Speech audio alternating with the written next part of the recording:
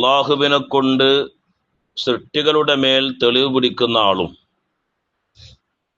സൃഷ്ടികളെ കൊണ്ട് അള്ളാഹുവിൻ്റെ മേൽ തെളിവ് പിടിക്കുന്ന ആളും രണ്ടാളും തമ്മിൽ ഒരുപാട് അന്തരമുണ്ട്, ഒരുപാട് വ്യത്യാസമുണ്ട് അല്ലേ? രണ്ടാളും ഒരുപാട് ഡിഫറൻസ് ഉണ്ട് എന്നാണ് പറഞ്ഞത്. കാരണം അള്ളാഹുവിനെ കൊണ്ട് സൃഷ്ടികളുടെ മേൽ തെളിവ് പിടിക്കുന്ന ആള് വഹുമുൽ മുറാദൂൻ, ഓൻ മുറാദൂൻ എന്ന് പറഞ്ഞാൽ ഒരു ഷുഹൂദിന്റെ മക്കാമിലാണ്. അള്ളാഹുവിനെ കണ്ട് അള്ളാഹുവിലൂടെയാണ് മൂപ്പർ എന്ത് ചെയ്യണത്? സൃഷ്ടികളെ കാണുന്നത്.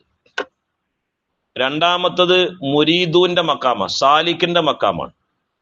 സൃഷ്ടികളിലൂടെയാണ് രണ്ടാമത്തെ ആളെ ആരെ കാണുന്നത്? അള്ളാഹുവിനെ കാണുന്നത്. അപ്പൊ രണ്ടും തമ്മിൽ എന്തുണ്ട്? ഒരുപാട്. ഒന്ന് തുടക്കക്കാരനാണ്, രണ്ട് നിഹായത്തിലേക്ക് എത്തിയ മഹാനുമാണ്.